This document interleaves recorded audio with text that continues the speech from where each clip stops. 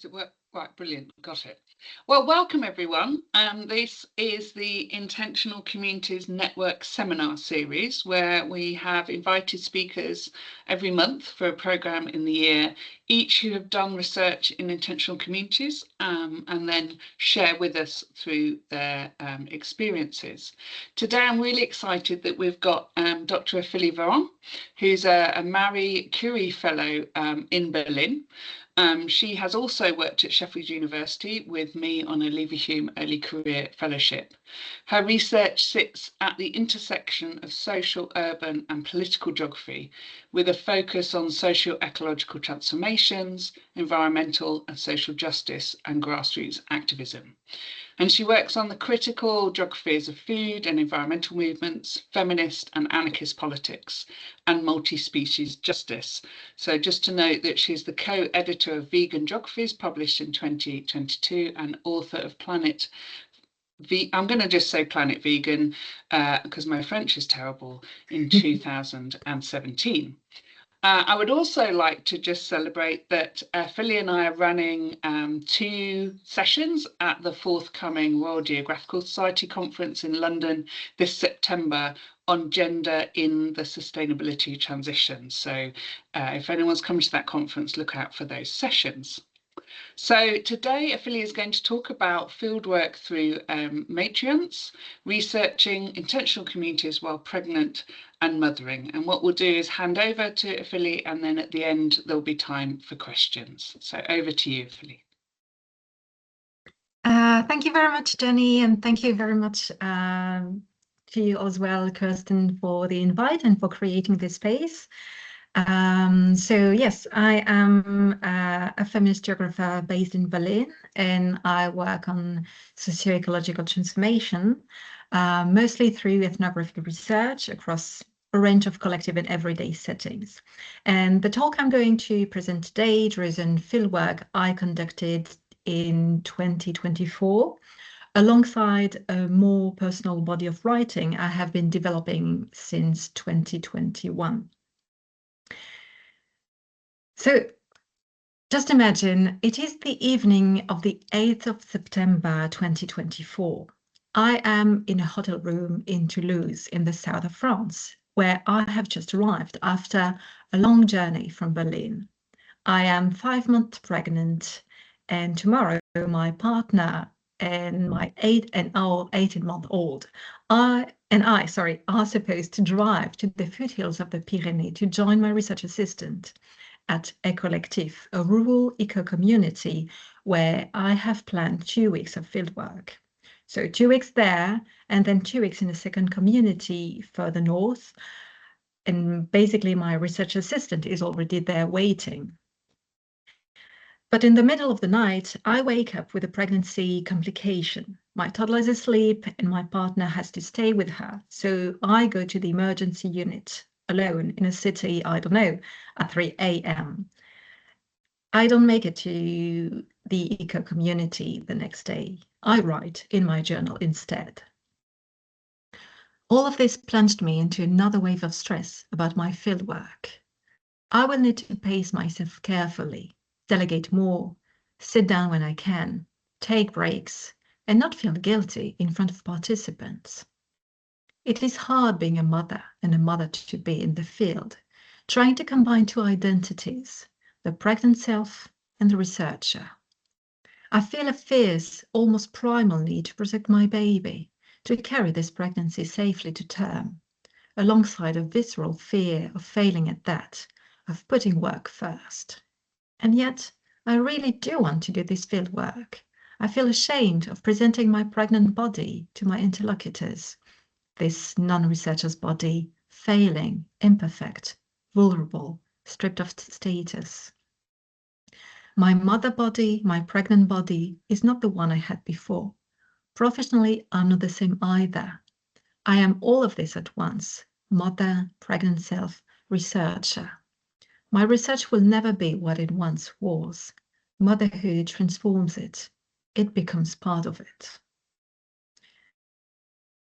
That last line, I have come back to it many times since, not as lament, but rather as a question I didn't yet know how to ask properly. What does it mean for geographical knowledge when the person doing the knowing is in the middle of becoming someone else? So the usual framing goes like this. Pregnancy and mothering create obstacles for researchers to mobility, to fieldwork, to career progression, and so on. And that is true, and it matters. And I've talked about it in the other paper I mentioned before. But it is not what I'm here to talk about today. Today, I would like to ask something different. What did the transformation do to the knowing subject, to me as a geographer in that eco-community? And what did it make visible that would otherwise have stayed invisible? So let me introduce the concept that organizes this talk, matrescence. So the word was coined by the anthropologist Dana Raphael in 1975, and it describes the process of becoming a mother, biological, emotional, relational, and spatial. Not motherhood as a social role or a status one arrives at, rather a becoming, ongoing, unfinished, reworked each time. The literature on academic motherhood is very rich and important, but it largely treats motherhood as a position, a social location that places demands on you, on researchers, that intersects with basically your career, your mobility, your time. And that framing has done real critical work. But Matrescence names something different. It names the process by which the subject themselves is transformed, not what motherhood does to your schedule or your career trajectory, what it does to the person who knows, to the subject of knowledge. So I developed this concept from the inside of gestational experience, which is my own. This doesn't mean that becoming a mother through adoption or non-gestational pathways, basically it may involve distinct transformations, but I cannot speak to those honestly from where I stand. And similarly, I retain the term motherhood rather than parenthood deliberately, not because fathers are untouched by becoming parents, but because the transformation I am describing is not symmetrical. It is shaped by how reproductive labor is socially organized, how it is institutionally recognized, and how it is lived in the body. Fatherhood involves distinct dynamics, and basically I focus on what I can speak to from within. I should add that I am a queer researcher, so I navigate these categories from within a configuration that does not map neatly onto normative assumptions about mothers and families.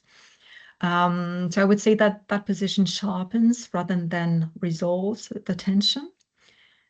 And I basically use mother because it reflects how I am read institutionally and because it tracks the specific dynamics of embodied reproductive labor that are at the center of my analysis. But I hold it carefully. So Raphael's original insight was deceptively simple. Becoming a mother is a transition as deep as adolescence, marked by bodily change, identity reorientation, and relational restructuring. It is not a moment, but it is rather an arc. And like adolescence, it is not something you pass through once and then leave behind. It reshapes you. So I was already a mother, one can say, when I arrived in Toulouse that September. But let me be precise about the kind of first this was for me.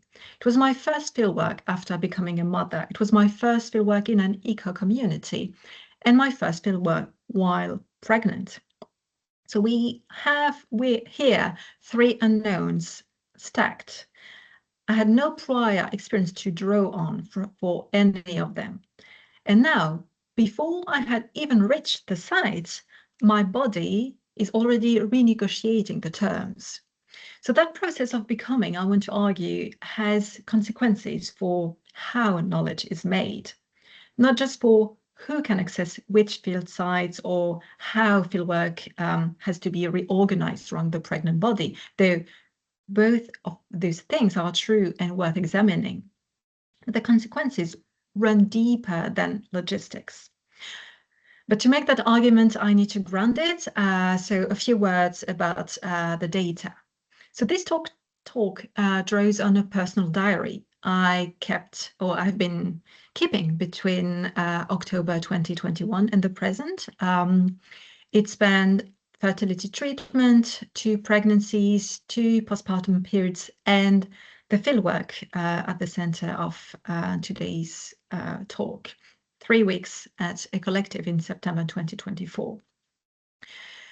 Importantly, the diary was not designed as research material. It was private, written by hand in the early morning in French, in whatever time I could find, and still I can find, sometimes while keeping my toddler occupied with a handful of beans to sort. So what it captures is precisely what a purpose-built research journal would not. The texture of experience before it has been tied into analysis. The fear, for example, at 3 a.m. in the emergency unit that the fieldwork might not happen at all. The shame of feeling too exhausted to read even a single paper, or the moment in the middle of a focus group when I hear my toddler cry outside and I lose the thread entirely. Those moments are not footnotes to the research. I argue that they are the research. So over time, how did I proceed? I transcribed the relevant entries into a digital corpus of around 140,000 words. I coded them in NVivo, and I then translated the most salient ones into English.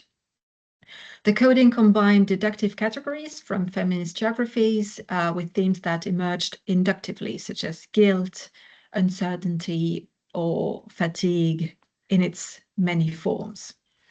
So during the fieldwork itself, I was visibly pregnant. I was accompanied by my still breastfeeding toddler, and my research assistant and my partner covered childcare during interviews or focus groups. So it was, by any conventional measure, a rather complicated field situation. But I want to suggest that it was also an unusually generative one. So I want to lay out 3 mechanisms through which Matrescence reconfigured the conditions of geographical knowledge during that field work. So the first concerns temporal structure, how living within 2 incommensurable rhythms reshapes what a field site can reveal. The second concerns perceptual reorientation, how that same field is apprehended and why. And the third concerns epistemic authority and what that authority looks like when a researcher can no longer sustain the fiction of sovereign disembodied attention. First, also a few words about the eco community I visited. So a collective was founded in 2009. It sits on 46 hectares at the foothills of the Pyrenees, the Haute-Garonne, between Toulouse and Tarbes, if you know the region. When I arrived, there were about 26 inhabitants, although it used to be much bigger in the past. So when I was there were a dozen adults, 6 children, and several people that were in what the community calls parcours d'inclusion, so inclusion pathways, a period of living alongside before formally joining, or maybe not joining in the end. So the community is made up of mostly, as you may have seen on the first picture, of yurts. But there was also a shared house, a few caravans, and even a chalet. There were also several shared kitchens, composting toilets, of course, and a bathroom with a bathtub shared with everyone. So the community describes itself as a group of people sharing land, making decisions together, and experimenting with alternative ways of living. One founder spoke of wanting to create, quote, a real village, intergenerational, where it would be good to grow up, unquote. Another framed it as a full-scale laboratory, and a third for grounding mutualism and off-grid self-sufficiency. So what holds these descriptions together is not a single ideology, but rather a shared orientation towards collectivity, ecological coherence, and forms of life that require, as another resident put it, so much effort alone, but become possible when that effort is shared. I should add that children are not incidental to the project, but are very much central to it. So the community draws on the continuum concept, on unschooling, on the idea that children's needs for contact, autonomy, and participation should be honored without condition. So for example, one member had funded an alternative school nearby, and this generated loads of tensions with those committed to fully child-led learning. Additionally, several women had given birth autonomously in their years, so without any medical help. And the word that came up again and again in interviews and in informal conversation was tribu, tribe. So the photo on this slide is from one of these evenings. It's basically a dinner in one of the residence yachts. My research assistant and my partner around the table, our toddler on his left. So basically, yeah, always collective, always slightly improvised. The boundaries between research and family life thoroughly dissolved. So I chose this community on purpose because I'm interested in how socio-ecological transformation is enacted through the everyday reorganization of care and interdependence. But I also chose it, importantly, because children were already at its center, because birth and maternal embodiment were already part of its political imagination. And I had not anticipated how my own body, my own condition would become legible there in ways it would not have been elsewhere.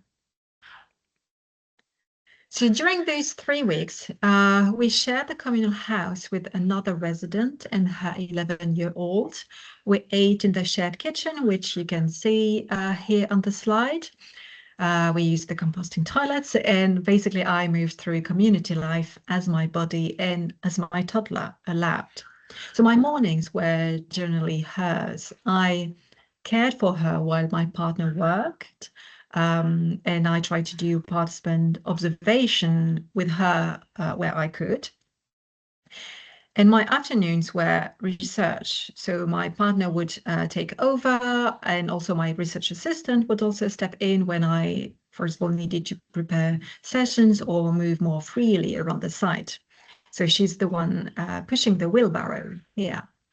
So it was a careful choreography, renegotiated daily. There were also things that I could not do, late dinners, for example, a night out dancing that several residents described as central to community life. My body was tired by 8 p.m., often earlier. My child was still waking several times at night. So the rhythms of the community and the rhythms of early motherhood did not always align. But here is what I want to resist.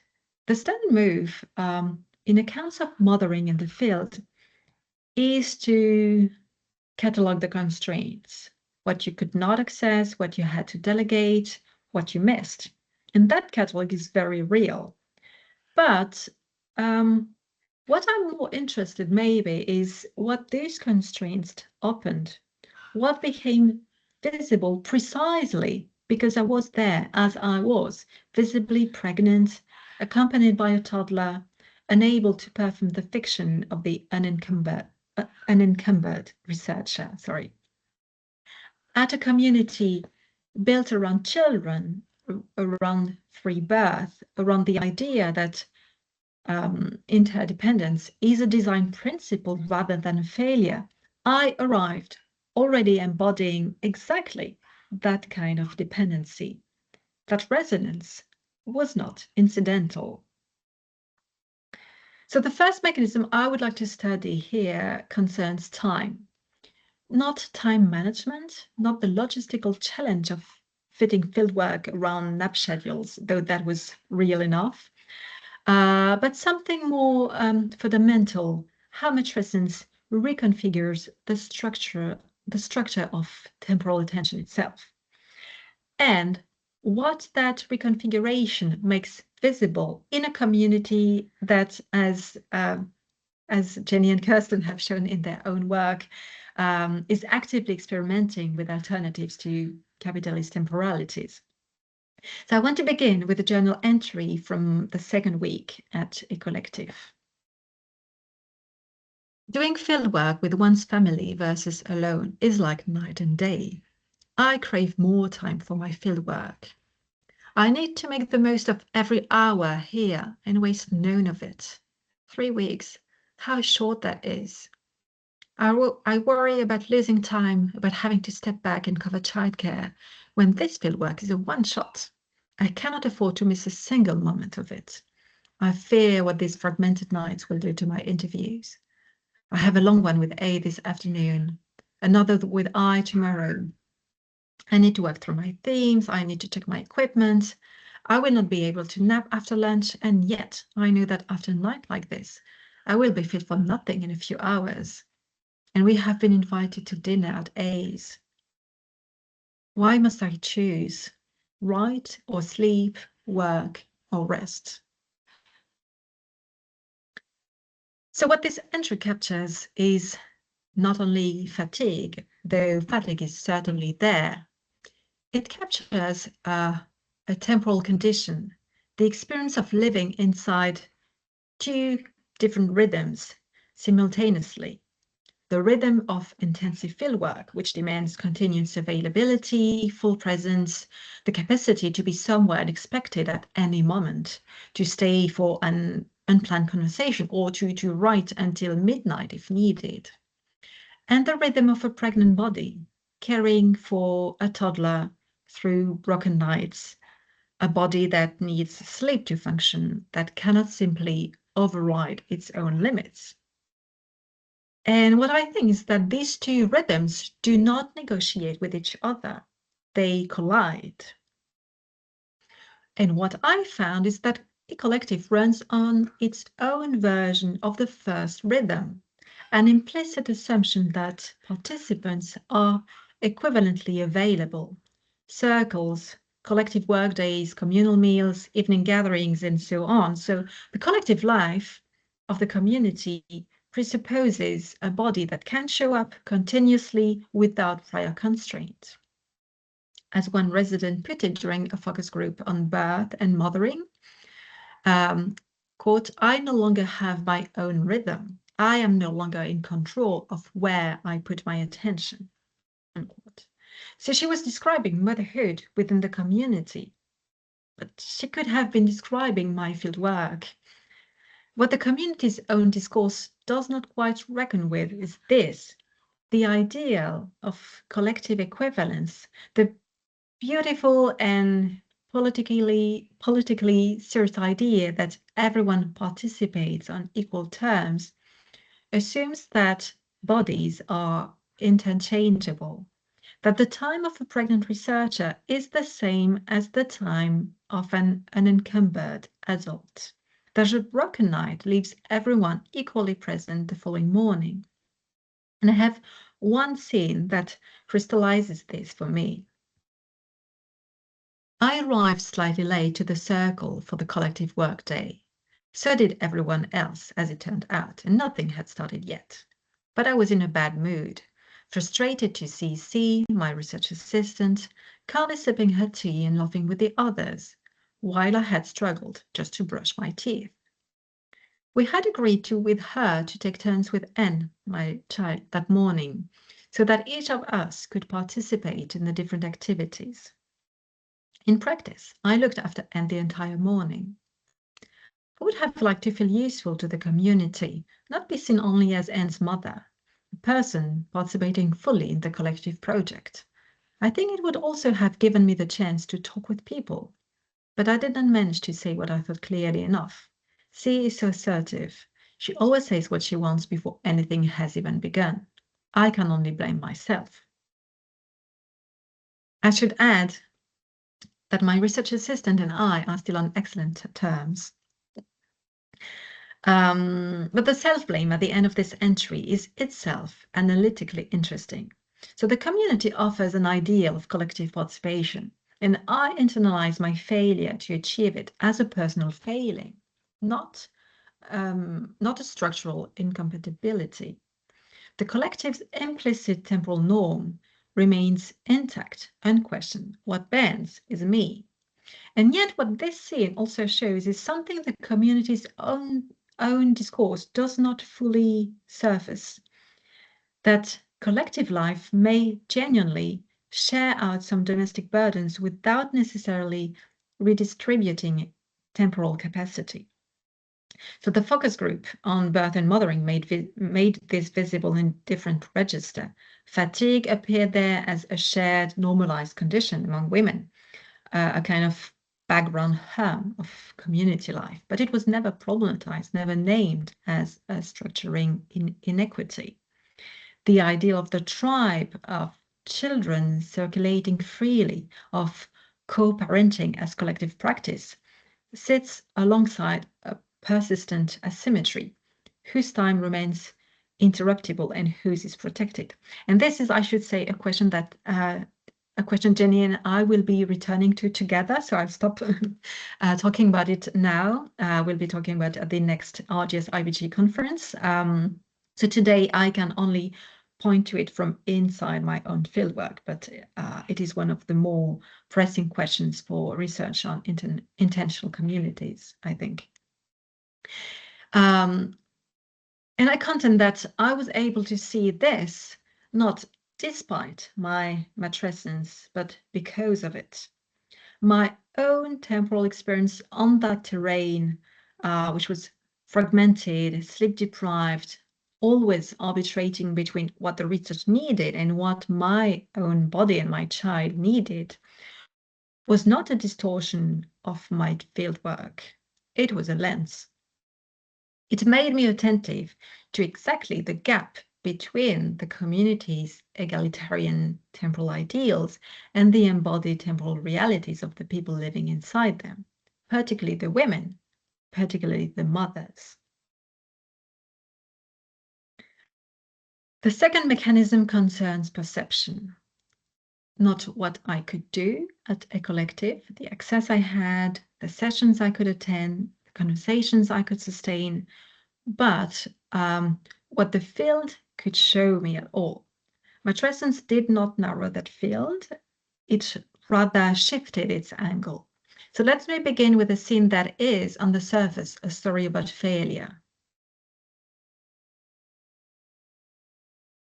Once we had started back, and C had rejoined us and threatened to fall asleep in the buggy. She was not at all happy that I stopped her and began to cry. The return was very hard. That is when we met Jay, Ison, one of the community's funders, and his two goats. Anne barely paused her crying to look at them before starting up again with renewed force. While we tried to talk with Jay, I spent the whole time trying to calm her, then crouching on the tarmac to breastfeed her. I was missing everything. This was exactly the moment I should have used to make contact with him. When Anne still would not settle, I ended up carrying her home, despite having been told not to lift anything heavy. C did not stop me. She stayed and kept talking with Jay. I was grateful she could do in my place what I was no longer in a position to do. And yet, finding myself thus impeded, motherhood cutting across the fieldwork, provoked a frustration I could not quite shake. So the frustration here is real. Jay was someone I had been trying to reach for quite a while, and the moment slipped. And yet I want to pose on what this entry also records. C, my research assistant, went to Jay's yurt, talked with him, and established contact. So the research continued differently through a different body, a different presence. And my pregnant body, crouching on tarmac to nurse a crying toddler, did not stop the fieldwork. It redistributed it, rerouted it through other hands. And what I did not yet understand when I wrote that entry is that this redistribution was itself data. The fieldwork was becoming structurally what the community it was studying already practiced: dependent, relational, achieved through interdependence rather than individual sovereign presence. And I could not see that yet, but the field was already showing it to me. The second scene I'd like to introduce now is a bit more unsettling, and it happened in the middle of a focus group. At one point, we heard a child crying outside. Dee exclaimed, "Why, I hope it's not him." "No, it's mine," I replied. I had recognized Anne's voice immediately. Her cries were long, painful to hear at the mother, and I silently hoped her father was with her and that nothing serious had happened. For a few seconds, I lost all concentration, unable to think of anything but my baby in distress. It was only gradually that I managed to pull myself back into the focus group. His text, my partner, read only after the focus group ended. "Sorry, Anne, small grass cat, crisis, trying to calm her." "Where are the plasters?" "Plasters? Help." "Right, I'm at a loss. I can't manage." "When are you coming?" Meanwhile, my phone lay quietly in the middle of our circle, recording everything being said around it. Such is the life of a researcher mother. My poor partner, he sounds quite helpless here, but I should say for the record that he's usually doing very well. So I've thought a lot about these few seconds of lost concentration. So the standard reading is that there are a failure of researcher attention, basically the mother interrupting the scholar. But I want to propose a different reading. What happened in that moment was not a failure of attention. It was rather a splitting of attention that revealed something true about the condition of everyone in that room. So several of the participants were mothers. Several had children nearby. You can see that Dee exclaimed immediately, she mentioned the name of her son. So the capacity to be simultaneously present in a circle of speech and attuned to a child outside was the ordinary condition of maternal life in a community organized around children. My body simply made that condition visible, audible, and impossible to manage out of the room. There is something else that I wrote in my journal later that month, and that reveals another kind of intrusion. During interviews, fear for Anne sometimes ambushes me. A surge of anxiety, a flash. I picture her not breathing, injured, pale, see panicking. Something has happened, quick. We needed to get her to hospital. These fears pounce in the middle of interviews, at the moment I least expect them. Perhaps that is exactly it. The moment I have set motherhood aside, when Anne no longer occupies the center of my thoughts. Motherhood comes back and catches me by the throat, exacting payment for my momentary forgetting.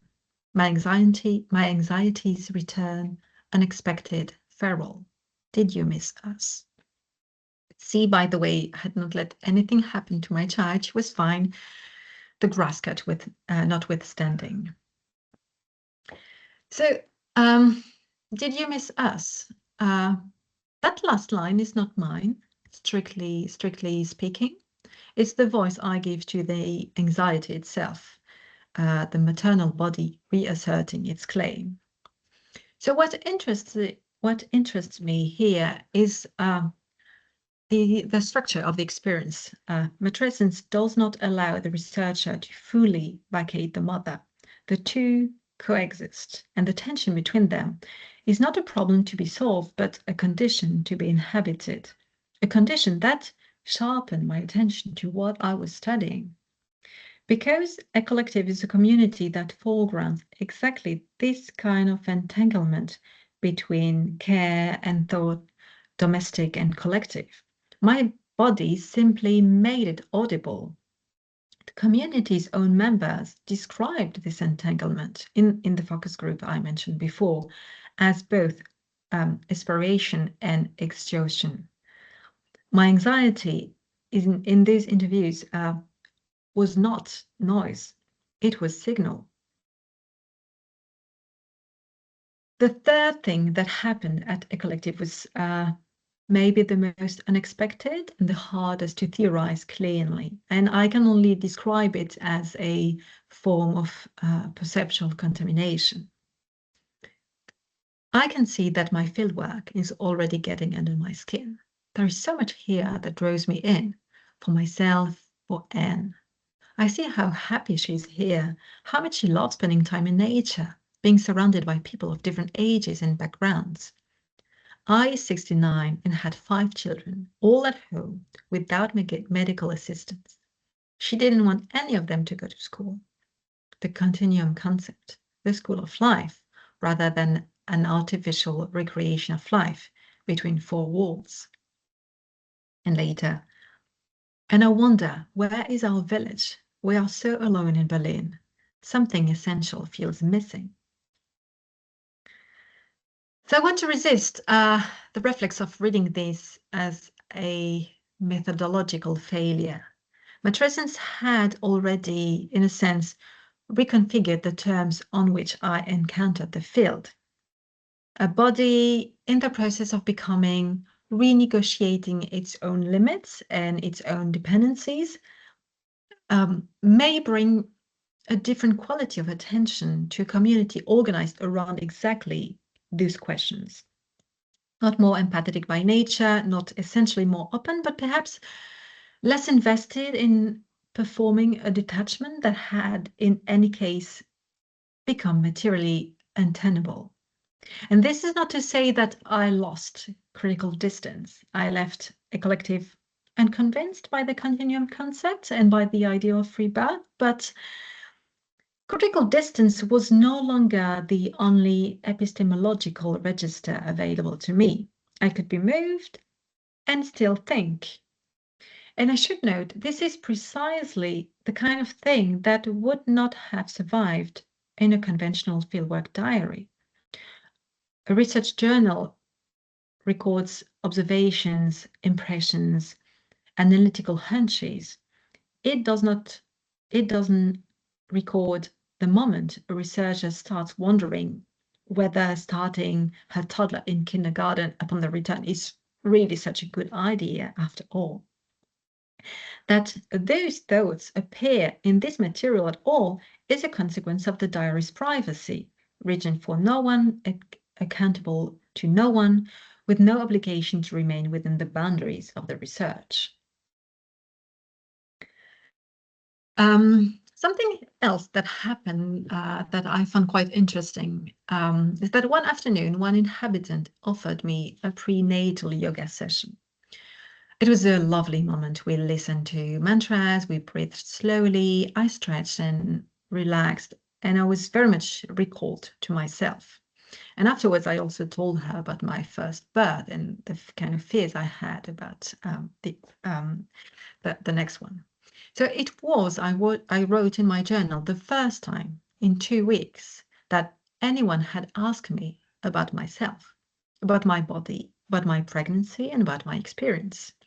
rather than the other way around. And the irony wasn't lost on me. I had spent these 2 weeks conducting very long, as you will see, biographic bio interviews in which women told me about their own births, their bodies, their experiences of motherhood. And I had been the one asking, listening, and holding space. And in that 1 hour of yoga, I became a pregnant woman again. And funnily enough, the baby moved intensely more than I had felt in weeks. And I realized that I had put that pregnancy on standby behind the researcher. And I was not so much pregnant as at work. And that hour reminded me that the researcher and the pregnant person were the same person, and that this was not a problem to be managed, but something the research had to move through. And what struck me afterwards is that it took a yoga session organized entirely outside the research frame for anyone in the community to really ask about my pregnancy. A community that foregrounds care, embodied life, and intergenerational attention had for 2 weeks related to me almost exclusively as a function. The gap between that ideal and that practice is itself, I think, something worth sitting with. The third and final mechanism is the most uncomfortable to describe. It concerns authority. What happens to the authority of the researcher when she can no longer maintain the fiction of a unified, sovereign, disembodied presence in the field? So I want to begin with 2 scenes involving the same participant, D, 10 days apart. They move in very opposite directions, and that movement, I think, is the argument. So the first scene takes place on the 18th of September in Dee's yurt. When one of her sons came into the yurt, Dee did not say, "Wait, we are in an interview." She said there was the recording. For 4 hours and 15 minutes, I was a recorder, nothing more or less.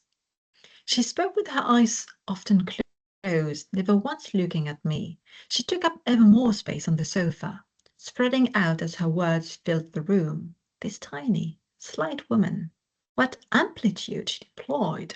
She was entirely absorbed in her own introspection, oblivious to the discomfort inhabiting me, relegated to the corner of the sofa, a crate pressing into my back. The pregnant woman who might have a sore back, who needs care around her round belly, who might need a break for her sensitive bladder, forgotten. Never had my pregnancy been so thoroughly set aside. Quite something from a mother of 3 who was at that very moment telling me about her own pregnancies. When, after 4 hours and 15 minutes of uninterrupted flow, I finally seized a small post to bring our interview to a close, she said, "It's true, I speak spontaneously, but perhaps you have questions." Actually, E and N are waiting for me. Let me shed this researcher's skin, receptacle, microphone, and become a woman and a mother again, just for a moment. So what does this scene reveal? First, I became infrastructure. This formulation to her son, "There is the recording," was not malicious. I think it was entirely unconscious, which is precisely what makes it analytically interesting. I, as a researcher, had been so thoroughly abstracted from the encounter that I had ceased to exist as a person in it. Second, and a bit more subtle, I would not have felt this as acutely without the pregnancy. The crate pressing into my back, the unacknowledged belly, these are impossible to bracket. My pregnant body refused to disappear into the role of a neutral observer, and in refusing to do so, it's made visible something that is usually invisible, that the researcher is always a body in a room, always present as more than a function. And third, authority. Conventional field authority rests on asymmetry. The researcher asks, the participant speaks. In the scene with D, that power had been redistributed entirely. She spoke for more than 4 hours without even waiting for my questions. She occupied the center of the sofa. I occupied the corner. She forgot I was pregnant. I could not. And this was not, I think, simply a failure of researcher authority. It was a revelation of something authority had always concealed, that the research encounter is never symmetrical, never fully in the researcher's control. Matrescence did not create that asymmetry, but it made it legible, felt in the body, and impossible to theorize away. The second scene takes place 10 days later. Same participant, but very different encounter. Because yes, I still had questions to ask D. So I started my interview with D at around 3:30 outside on the grass behind the houses. She wanted to stay outdoors so her youngest could see her if needed. It was a risky arrangement. I had already asked that we move a little further away so that N would not spot me. As luck would have it, after about an hour, N came wandering around the back of the houses with E. When E tried to stop her coming towards me, she began to scream. For long minutes, even after E had taken her back inside, she cried and cried. D offered to pause the interview. I went to find my poor little N, red-faced and wet with tears, and I brought her back with me. E followed. I invited her to stay by my side while we tried to resume. It was not easy. She was still crying a great deal. D's two youngest, N and Y, had joined us, and D went to fetch some toys. For an hour, we tried to pick up where we had left off, the 3 children alongside us, but concentration was hard to hold. Y had a gift for sensing exactly what would delight N and then withholding it. E, who had stayed nearby on a deck chair, drifted back over. The children of M and T arrived, lightening the atmosphere a little, and eventually D and I managed to slip away and continue elsewhere. Not easy holding everything at once in the field. The researchers had, the mothers had. Then again, it would make a fine radio recording. I almost want to start a podcast. What I want to draw attention to in this scene is not the cows. So, although the cows were very real, it is the moment when D offered to pause the interview. That offer, so simple, so ordinary, was in fact a profound reconfiguration of the power relations between us. The interview had stopped being mine to conduct. It had become a shared situation, negotiated in real time between 2 mothers, 2 sets of children, a deck chair, a lawn, and a set of toys deployed as diplomatic tools. The research was still happening, but it was happening differently through a form of mutual accommodation that the conventional model of the qualitative interview does not have good language for. This doesn't mean that the researcher-participant boundary disappeared. It did not, but it became permeable. And in that permeability, something was said and felt and shared that 4 hours and 15 minutes of uninterrupted monologue had not produced. These 2 scenes move in opposite directions. In the first, I am erased as a subject, I'm reduced to a function. In the second, I am restored as co-presence, a mother alongside another mother, managing children, negotiating space, making the research work through interdependence rather than control. What connects them is the pregnant body. In the first, it was the body that could not be made comfortable and could not disappear. In the second, it was the body that gave me something in common with my participant that dissolved temporarily the asymmetry of the research encounter. And what I can claim is that matrescence made certain things impossible to ignore. The pregnant body made the usual performance impossible, and that refusal, uncomfortable as it was epistemically productive. It revealed me, the researcher, as I always already was, dependent, partial, embodied, present as more than a function. So that is not a problem for geographical knowledge. It is a condition of it. So to conclude, what did this fieldwork show? I would say that Matrescence reconfigured the conditions under which geographical knowledge was produced at a collective. The temporal structure of attention, the perceptual field, the authority of the research encounter. The temporal fragmentation was not noise, it was signal. The perceptual reorientation was not distortion, it was rather attunement. The destabilization of research authority was not a failure. It revealed what the encounter always already was, partial, negotiated, beyond any single person's control.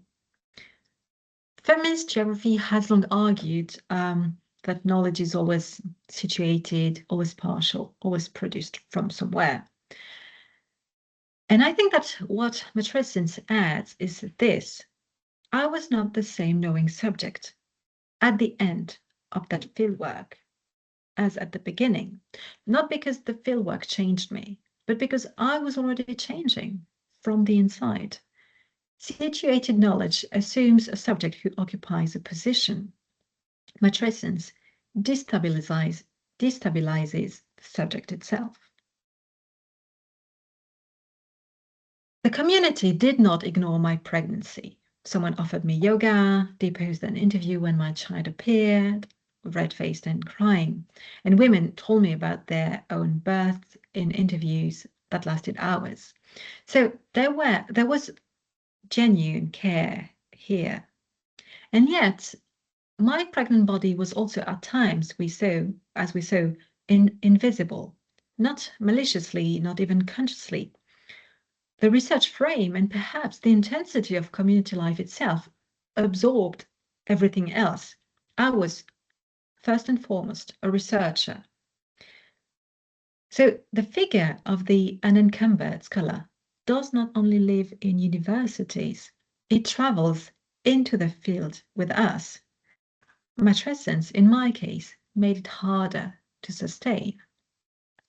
And in making this fiction harder to sustain, it made the research more honest about what knowledge production actually involves.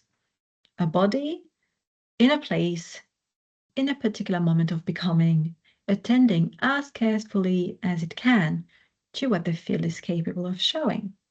And that, I want to suggest, is not a limitation of this kind of research. It is what this kind of research is for. Thank you.